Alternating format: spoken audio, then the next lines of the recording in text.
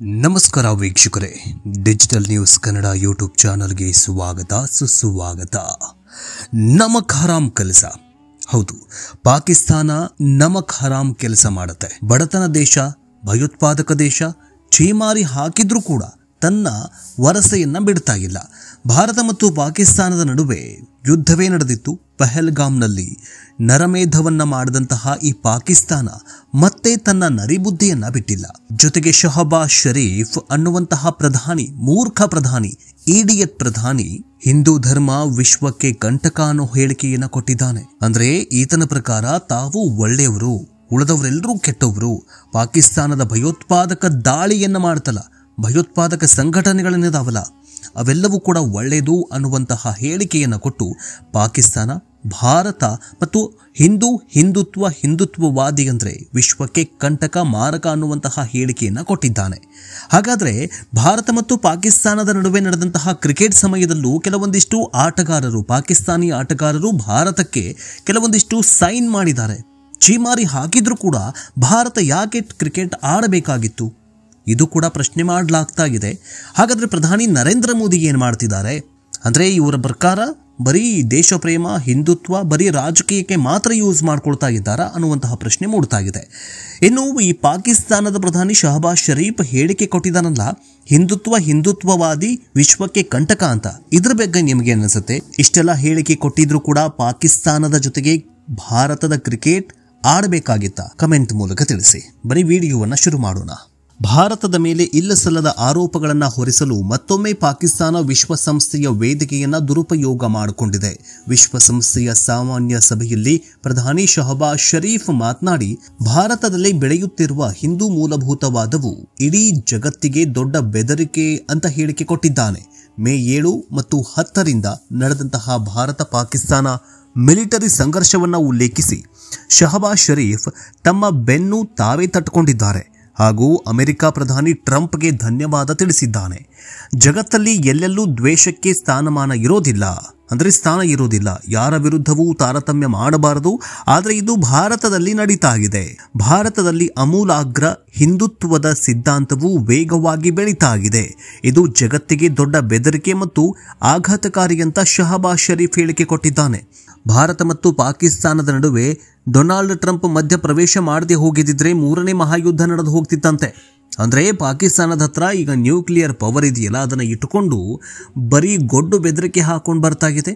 ಇದೇ ಜಾಗ, ಇದೇ ಸರಿಯಾದ ಸಮಯ ಅಂತ ಡೊನಾಲ್ಡ್ ಟ್ರಂಪ್, ಅದೇ ಮೋದಿ ಅವರ ಫ್ರೆಂಡ್ ಅಂತ ಈ ಮಾಧ್ಯಮದವರೆಲ್ಲ ಹೇಳ್ಕೊಳ್ತಾರಲ್ಲ, ಎಷ್ಟೇ ಹೇಳ್ಕೊಂಡ್ರು ಕೂಡ ಈಗ ನೋಡಿ, ಡೊನಾಲ್ಡ್ ಟ್ರಂಪ್ ಪಾಕಿಸ್ತಾನದ ಪರವಾಗಿ ನಿಂತಿದ್ದಾನೆ. ಶಹಬಾಜ್ ಶರೀಫ್ ಯಾವತ್ತೂ ಅಮೆರಿಕಾಗೆ ಹೋಗಿ ಡೊನಾಲ್ಡ್ ಟ್ರಂಪ್ ಪರವಾಗಿ ಯಾವತ್ತೂ ಚುನಾವಣಾ ಪ್ರಚಾರ ಮಾಡಲಿಲ್ಲ. ಅದನ್ನ ಭಾರತದ ಪ್ರಧಾನಿ ನರೇಂದ್ರ ಮೋದಿ ಅವರು, Donald Trump my dear friend, ನನ್ನ ಫ್ರೆಂಡ್ ಅಂತ ಹೇಳಿಕೊಂಡಿದ್ದಂತಹ ಪ್ರಧಾನಿ ಮೋದಿ ಅವರಿಗೆ ಈಗ ಮುಖಭಂಗವಾಗಿದೆ. ಇದೆಲ್ಲವನ್ನ ಅನುಭವಿಸ್ತಾ ಇರೋದು, ಇದೆಲ್ಲವನ್ನ ಹೇಳಿಕೆಯನ್ನು ಕೊಡ್ತಾ ಇದ್ದಾನಲ್ಲ ಈ ಟ್ರಂಪ್. ಜೊತೆಗೆ ಈ ಪಾಕಿಸ್ತಾನದ ಪ್ರಧಾನಿ ಶಹಬಾಜ್ ಶರೀಫ್ ಯುದ್ಧ ವಿರಾಮವನ್ನ ಘೋಷಣೆ ಮಾಡದೆ ಪಿಒಕೆಯನ್ನ ಪಡೆದುಕೊಳ್ಳುತ್ತಾರೆ ಅಂತ, ಪ್ರಧಾನಿಗಳು ಪಿಒಕೆಯನ್ನ ಪಡೆದುಕೊಂಡೇ ಕೊಳ್ತೀವಿ ಅನ್ನುವಂತಹ ಆಸೆಯಲ್ಲಿತ್ತು 150 ಕೋಟಿ ಜನ. ಆದ್ರೆ ಏನಾಯ್ತು? ಅದು ಯಾರ ಗೊಡ್ಡು ಬೆದರಿಕೆಗೆ ಹೆದರ್ಕೊಂಡ್ರು ಪ್ರಧಾನಿ ಮೋದಿಯವರು, ಅಥವಾ ಯಾರ ಮಾತು ಕೇಳಿ ಯುದ್ಧ ವಿರಾಮ ಉಲ್ಲಂಘನೆ ಮಾಡಿದ್ರು ಅಥವಾ ಯುದ್ಧ ವಿರಾಮವನ್ನ ಮಾಡಿದ್ರು ಗೊತ್ತಿಲ್ಲ.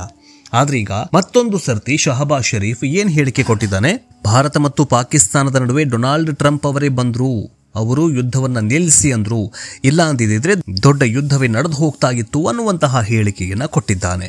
ಇನ್ನು ಇಷ್ಟೆಲ್ಲ ಹೇಳಿಕೊಂಡಿರುವಂತಹ ಪಾಕಿಸ್ತಾನ ಭಯೋತ್ಪಾದನೆ ಹುಟ್ಟುಹಾಕುವಲ್ಲಿ ಮತ್ತು ರಫ್ತು ಮಾಡುವಲ್ಲಿ ಬಹಳ ಹಿಂದಿನಿಂದಲೇ ಅದರಲ್ಲಿ ಮುಳುಗು ಹೋಗಿದೆ. ಈಗ ಭಯೋತ್ಪಾದನೆಯ ವಿರುದ್ಧದ ಯುದ್ಧದಲ್ಲಿ ಪಾಲುದಾರನಂತೆ ನಟಿಸ್ತಾ ಇದೆ. ಆದರೆ ಇದೇ ದೇಶವು ಒಸಾಮಾ ಬಿನ್ ಲಾಡೆನ್ಗೆ 1 ದಶಕಗಳ ಕಾಲ ಆಶ್ರಯ ನೀಡಿದ್ದನ್ನ ಮರೆತು ಹೋಗಿದ್ದಾನೆ ಇದೇ ಶಹಬಾಜ್ ಶರೀಫ್. ವಿಶ್ವಸಂಸ್ಥೆ ಸಾಮಾನ್ಯ ಸಭೆ 80ನೇ ಅಧಿವೇಶನದಲ್ಲಿನ ಪಾಕಿಸ್ತಾನ ಪ್ರಧಾನಿ ಶಹಬಾಜ್ ಶರೀಫ್ ಅಸಂಬದ್ಧ ಭಾಷಣಕ್ಕೆ ಭಾರತ ವಿಶ್ವಸಂಸ್ಥೆಯಲ್ಲಿಯೇ ತಿರುಗೇಟು ನೀಡಿದೆ. ವಿಶ್ವಸಂಸ್ಥೆಯ ಸಾಮಾನ್ಯ ಸಭೆಯಲ್ಲಿ ಪಾಲ್ಗೊಂಡು ಮಾತನಾಡಿದ ಪಾಕಿಸ್ತಾನ ಪ್ರಧಾನಿ ಶಹಬಾಜ್ ಶರೀಫ್, ಭಾರತ ಮತ್ತು ಪಾಕಿಸ್ತಾನ ನಡುವಿನ ಯುದ್ಧದ ವೇಳೆ ಅಮೆರಿಕದ ಅಧ್ಯಕ್ಷ ಡೊನಾಲ್ಡ್ ಟ್ರಂಪ್ ಬರದೇ ಹೋಗಿದ್ರೆ ಅವರೇ ಕದನ ವಿರಾಮ ಉಲ್ಲಂಘನೆ ಮಾಡಿದ್ದು, ಅದಾದ್ರೆ ಕದನ ವಿರಾಮಕ್ಕೆ ಅವರೇ ಪಾಕಿಸ್ತಾನ ಅವರ ಮಧ್ಯ ಪ್ರವೇಶದಿಂದಾಗಲಿ ಅಂದರೆ ಈ ಡೊನಾಲ್ಡ್ ಟ್ರಂಪ್ ಮಧ್ಯ ಪ್ರವೇಶದಿಂದಾಗಿಯೇ ಯುದ್ಧ ಉಲ್ಬಣವಾಗಲಿಲ್ಲ. ಅವರು ಮಧ್ಯ ಪ್ರವೇಶಿಸದೆ ಹೋಗಿದ್ದಿದ್ರೆ ಅದು ಘೋರ ಯುದ್ಧವಾಗಿ ಹೋಗ್ತಾ ಇತ್ತು. ಟ್ರಂಪ್ ಶಾಂತಿ ಪ್ರಿಯ ವ್ಯಕ್ತಿ, ನಾವು ಅವರನ್ನು ನೊಬೆಲ್ ಶಾಂತಿ ಪುರಸ್ಕಾರಕ್ಕೆ ನಾಮನಿರ್ದೇಶನ ಮಾಡಬೇಕು, ಇದು ನಾವು ಅವರಿಗೆ ನೀಡುವ ಕನಿಷ್ಠ ಗೌರವ ಅಂತ ಬಕೆಟ್ ಹಿಡಿದಿದ್ದಾನೆ. ಇದೇ ವೇಳೆ ಭಾರತದ ಜೊತೆಗಿನ ಯುದ್ಧದ ವೇಳೆ ಪಾಕಿಸ್ತಾನದ ಸೇನೆಯ ಶೌರ್ಯ ಶ್ಲಾಘಿಸಿದ ಶಹಬಾಜ್ ಶರೀಫ್, ನಮ್ಮ ನಗರಗಳ ಮೇಲೆ ದಾಳಿ ಮಾಡೋದಕ್ಕೆ ಬಂದ ಭಾರತದ 7 ಯುದ್ಧ ವಿಮಾನಗಳನ್ನು ಹೊಡೆದುರುಳಿಸಿದ್ವಿ. ನಮ್ಮ ಸೇನೆ ಮತ್ತು ಅಂದಿನ ಸೇನಾಧ್ಯಕ್ಷ ಆಸಿಫ್ ಮುನೀರ್ ಅವರ ಸಾಧನೆ, ಅವರ ಸಾಹಸ ಶ್ಲಾಘನೀಯ ಅಂತ ಹೇಳಿಕೊಂಡಿದ್ದಾನೆ. ಅದ್ಯಾವ 7 ಯುದ್ಧ ವಿಮಾನವನ್ನು ಹೊಡೆದುರುಳಿಸ್ತೋ ಪಾಕಿಸ್ತಾನ ದೇವರಿಗೇ ಗೊತ್ತು. ಅದರಲ್ಲೂ ಈ ಶಹಬಾಜ್ ಶರೀಫ್ ಅನ್ನುವಂತಹ ವ್ಯಕ್ತಿ ಏನಿದ್ದಾನಲ್ಲ, ಆಸಿಫ್ ಮುನೀರ್ನ ಹಾಡು ಹೊಗಳಿದ್ದಾನೆ. ಆಸಿಫ್ ಮುನೀರ್ನ ಹಾಡು ಹೊಗಳೋದಕ್ಕೂ ಒಂದು ಕಾರಣ ಇದೆ. ಪಾಕಿಸ್ತಾನದಲ್ಲಿ ಪ್ರಧಾನಿಯಾಗಬೇಕಾದ್ರೆ ಅಲ್ಲಿನ ಸೇನಾಧ್ಯಕ್ಷನ ಸಪೋರ್ಟ್ ಬೇಕೇ ಬೇಕು, ಅದಕ್ಕೋಸ್ಕರ ಇವನು ಬಕೆಟ್ ಹಿಡಿದಿದ್ದಾನೆ. ಭಾರತ ಮತ್ತು ಪಾಕಿಸ್ತಾನದ ನಡುವೆ ದೊಡ್ಡ ಯುದ್ಧ ಏನು ನಡೀತಲ್ಲ, ಆ ಸಂದರ್ಭದಲ್ಲಿ 7 ಭಾರತದ ಯುದ್ಧ ವಿಮಾನಗಳನ್ನು ಹೊಡೆದುರುಳಿಸಿರುವುದಾಗಿ ವಿಶ್ವಸಂಸ್ಥೆಯ ಮುಂದೆ ಸುಳ್ಳನ್ನು ಹೇಳಿದ್ದಾನೆ. ಈ ವರ್ಷ ಮೇ ತಿಂಗಳಲ್ಲಿ ನಮ್ಮ ದೇಶವು ಪೂರ್ವ ಭಾಗದಿಂದ ಅಪ್ರಚೋದಿತ ಆಕ್ರಮಣಗಳನ್ನು ಎದುರಿಸಿತು.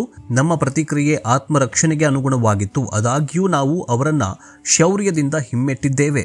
ಭಾರತ ನಮ್ಮ ನಗರಗಳ ಮೇಲೆ ದಾಳಿ ಮಾಡಿ ನಮ್ಮ ನಾಗರಿಕರನ್ನ ಗುರಿಯಾಗಿಸಿಕೊಂಡು ದಾಳಿ ಮಾಡಿತು ಅಂತ ಶಹಬಾಜ್ ಶರೀಫ್ ಯಾವ ಮುಖ ಇಟ್ಕೊಂಡು ಹೇಳ್ದ ಅನ್ನೋದೇ ಗೊತ್ತಾಗ್ತಾ ಇಲ್ಲ. ತನ್ನ ಪ್ರಜೆಗಳನ್ನ ಗುರಿಯಾಗಿಸಿಕೊಂಡಿದೆ ಅಂತ ಹೇಳಿತು. ಆದರೆ ಭಾರತ ಗುರಿಯಾಗಿಸಿದ್ದು ಭಯೋತ್ಪಾದಕ ಸಂಘಟನೆಗಳನ್ನ, ಉಗ್ರರ ಅಡಗುತಾಣಗಳನ್ನ.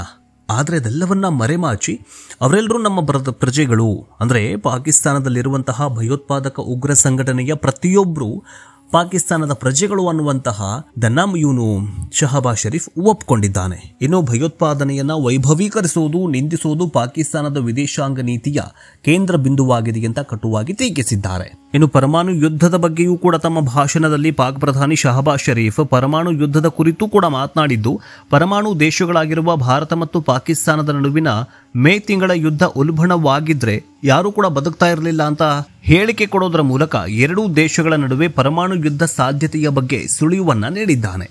ಶಹಬಾಜ್ ಶರೀಫ್ ಪರಮಾಣು ಯುದ್ಧವನ್ನ ಮಾಡ್ತೀನಿ ಅಂದರೆ ತಾನೂ ಸಾಯ್ತೀನಿ, ಇಡೀ ಅರ್ಧಕ್ಕರ್ಧ ನಾನು ಭೂಮಿಯನ್ನು ಕೂಡ ಸುಟ್ಟು ಬಿಸಾಕ್ತೀನಿ ಎನ್ನುವಂತಹ ಹೇಳಿಕೆಯನ್ನು ಕೊಟ್ಟಿರುವಂತಹ ಈ ಶಹಬಾಜ್ ಶರೀಫ್ನ ಮೂರ್ಖತನಕ್ಕೆ ಏನು ಹೇಳಬೇಕು? ಈತನ ವಿರುದ್ಧ ಈಗ ಪಾಕಿಸ್ತಾನದಲ್ಲಿ ದಂಗೆ ಗೆದ್ದಿದೆ. ಈತ ಏನೇನು ಅಧಿಕಾರ ಮಾಡ್ತಾ ಇದ್ದಾನಲ್ಲ, ಇದೆಲ್ಲವೂ ಕೂಡ ಬಟಬಯಲಾಗ್ತಾ ಇದೆ. ಅಲ್ಲಿನ ಪಾಕಿಸ್ತಾನಿ ಪ್ರಜೆಗಳು ಇವನ ಅಧಿಕಾರಕ್ಕೆ, ಆಸಿಫ್ ಮುನೀರ್ನ ಅಧಿಕಾರಕ್ಕೆ ರೋಸ್ ಹೋಗ್ಬಿಟ್ಟಿದ್ದಾರೆ. ಭ್ರಷ್ಟಾಚಾರ, ಪಾಕಿಸ್ತಾನದಲ್ಲಿ ಭ್ರಷ್ಟಾಚಾರ ಬಿಡಿ, ಕುಡಿಯೋಕೆ ನೀರಿಲ್ಲ, ಉಸಿರಾಡೋ ಗಾಳಿ ಇಲ್ಲ. ಇದೆಲ್ಲವನ್ನ ಇಟ್ಟುಕೊಂಡಿರುವಂತಹ ಈ ಪ್ರಧಾನಿ ಬೇರೆ ದೇಶ ಅಂದರೆ ಪವರ್ಫುಲ್ ರಾಷ್ಟ್ರವಾಗಿರುವ ಭಾರತದ ಮೇಲೆ ಸಿಂಬಳ ತೆಗಿತಿದ್ದಾನಲ್ಲ, ಇವನಿಗೆ ಏನು ಹೇಳಬೇಕು ಅನ್ನೋದೇ ಗೊತ್ತಾಗ್ತಾ ಇಲ್ಲ. ಆದರೆ ಅದೇನೇ ಆಗಲಿ, ಶಹಬಾಜ್ ಶರೀಫ್ ಈಗ ಪಾಕಿಸ್ತಾನದ ಪರವಾಗಿ ನಿಂತುಕೊಂಡು ಮಾತನಾಡಿದಾನಲ್ಲ, ಇದು ಹಿಂದುತ್ವವಾದಿ ಅವೆಲ್ಲವನ್ನ ಹೇಳ್ತಾ ಇದ್ದಾನಲ್ಲ, ಇಷ್ಟೆಲ್ಲ ಹೇಳಿಕೆ ಕೊಟ್ಟರೂ ಕೂಡ ಈ ಭಾರತದ ಕ್ರಿಕೆಟ್ ತಂಡದವರು ಮೊನ್ನೆ ಪಾಕಿಸ್ತಾನದ ಜೊತೆಗೆ ಯಾಕೆ ತಂಡದ ಜೊತೆಗೆ ಈ ಕ್ರಿಕೆಟ್ ಆಡಿದ್ರು ಅಂತ ಗೊತ್ತಾಗಲಿಲ್ಲ. ಇಷ್ಟೆಲ್ಲ ಹೇಳಿಕೆ ಕೊಟ್ಟಿರುವಂತಹ, ಅಂದು ಸಮರ್ಥನೆ ಮಾಡಿಕೊಂಡಿರುವಂತಹ ಈ ಭಾರತ ಮತ್ತು ಪಾಕಿಸ್ತಾನದ ನಡುವೆ ನಡೆದಂತಹ ಕ್ರಿಕೆಟ್ ಪಂದ್ಯಾವಳಿಯ ಬಗ್ಗೆ ಇದೇ ಬಿಜೆಪಿಗರು ಅಥವಾ ಇದೇ ಜನರು ಸಮರ್ಥನೆ ಮಾಡಿಕೊಂಡ್ರು. ಈಗ ಸಮರ್ಥನೆ ಮಾಡ್ಕೊಳ್ತಾರ. ಎಷ್ಟೇ ಬಚ್ಚಿಡೋದಕ್ಕೆ ಹೋದರೂ ಕೂಡ ಈ ಡೊನಾಲ್ಡ್ ಟ್ರಂಪ್ ಯುದ್ಧ ವಿರಾಮದ ಮಾಹಿತಿ ಅಥವಾ ಯುದ್ಧ ವಿರಾಮದ ಏನು ವಿಷಯ ಇದೆಯಲ್ಲ, ಇದು ಮಾತ್ರ ಮರೆಮಾಚುವುದಕ್ಕೆ ಬಿಜೆಪಿ ಕಡೆಯಿಂದ ಆಗ್ತಾ ಇಲ್ಲ.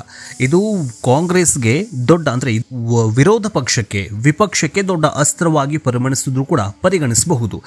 ಆದರೆ ಪ್ರಧಾನಿ ನರೇಂದ್ರ ಮೋದಿ ಅವರ ಒಂದು ನಿರ್ಧಾರ ಏನಾದರೂ ಅಂದು ತೆಗೆದುಕೊಂಡಿದ್ದರೆ POK ಇವತ್ತು ನಮ್ಮ ಪಾಲಾಗ್ತಾಗಿತ್ತು. ಆದರೆ ಈಗ ಟ್ರಂಪ್ ಅವರು ಹೇಳಿಕೆಯ ಬೆನ್ನಲ್ಲೇ ಅಥವಾ ಟ್ರಂಪ್ ಅವರ ಯುದ್ಧ ವಿರಾಮ ಮಾಡಿದ್ದೇ ಆದಲ್ಲಿ ಹಾಗಾದರೆ ಯಾಕೆ ಪ್ರಧಾನಿ ಮೋದಿಯವರು ಯುದ್ಧ ವಿರಾಮಕ್ಕೆ ಹೋದರು ಅನ್ನುವಂತಹ ಪ್ರಶ್ನೆ ಈಗ ಮೂಡ್ತಾ ಇದೆ. ಅದೇನೇ ಆಗಲಿ, ಶಹಬಾಜ್ ಶರೀಫ್ ಹೇಳಿಕೆ ಕೊಟ್ಟಿರೋದು ಮೂರ್ಖತನ. ಅದಕ್ಕೆ ತಿರುಗೇಟು ಭಾರತವೂ ಕೂಡ ಕೊಟ್ಟಿದೆ. ವಿಶ್ವಸಂಸ್ಥೆಯ ಮುಂದೆ ಮತ್ತೆ ಪಾಕಿಸ್ತಾನ ಬೆತ್ತಲಾಗಿ ನಿಂತುಕೊಂಡು ಬಿಟ್ಟಿದೆ.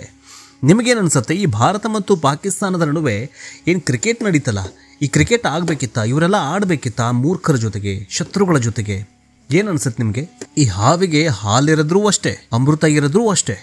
ಏನು ಕಕ್ಕತ್ತೆ? ಅಮೃತ ಕಕ್ಕೋದಿಲ್ಲ, ಹಾಲು ಕಕ್ಕೋದಿಲ್ಲ, ಒಳ್ಳೇದು ಬಯಸೋದಿಲ್ಲ, ಅದು ಯಾವತ್ತೂ ವಿಷವನ್ನೇ ಕಕ್ಕೋದು. ಈ ವಿಷಯ ಭಾರತೀಯರಿಗೆ ಯಾಕೆ ಗೊತ್ತಾಗ್ತಾ ಇಲ್ಲ? ಭಾರತೀಯ ಕ್ರಿಕೆಟ್ ಪ್ರೇಮಿಗಳಿಗೆ ಯಾಕೆ ಗೊತ್ತಾಗಲಿಲ್ಲ? ಕ್ರಿಕೆಟ್ ಪ್ರೇಮಿಗಳಿಗೂ ಅಥವಾ 150 ಕೋಟಿ ಭಾರತೀಯರಿಗೆ ಗೊತ್ತಾದರೂ ಕೂಡ BCCIಗೆ ಯಾಕೆ ಗೊತ್ತಾಗಲಿಲ್ಲ ಅಂದರೆ ಇದೇನು ಕ್ರಿಕೆಟ್ ಆಡಿಸ್ತಾರಲ್ಲ, ಈ ಕ್ರಿಕೆಟ್ ಆಡಿಸೋರಿಗೆ ಯಾಕೆ ಗೊತ್ತಾಗಲಿಲ್ಲ, ಕ್ರಿಕೆಟ್ ಆಡೋರಿಗೆ ಯಾಕೆ ಗೊತ್ತಾಗಲಿಲ್ಲ, ಎಲ್ಲಿ ಹೋಯಿತು ಈ BJPಗರ ದೇಶ ಪ್ರೇಮ ಅನ್ನುವಂತಹ ಪ್ರಶ್ನೆ ಮೂಡ್ತಾ ಇದೆ. ರಕ್ತ ಕುದಿತಾ ಇದೆ 150 ಕೋಟಿ ಭಾರತೀಯರ. ಯಾಕೆ ಈ ಭಾರತ ಪಾಕಿಸ್ತಾನದ ನಡುವೆ ಯಾಕೆ ನೀವು ಕ್ರಿಕೆಟ್ ಆಡಿಸಿದ್ರಿ ಅಂತ ಅದಕ್ಕೆ ಉತ್ತರವನ್ನು BJP ಕೊಡ್ತಾ ಇಲ್ಲ. ಅದೇನೇ ಆಗಲಿ ಮಾಡಿದ್ದು ತಪ್ಪು. ಎನಿವೇಸ್, ನಿಮಗೇನು ಅನಿಸುತ್ತೆ ಕಮೆಂಟ್ ಮೂಲಕ ತಿಳಿಸಿ. ನೆಕ್ಸ್ಟ್ ಎಪಿಸೋಡ್ನೊಂದಿಗೆ ಮತ್ತೆ ಭೇಟಿಯಾಗೋಣ. ಜೈ ಹಿಂದ್, ಜೈ ಕರ್ನಾಟಕ, ಜೈ ಸನಾತನ.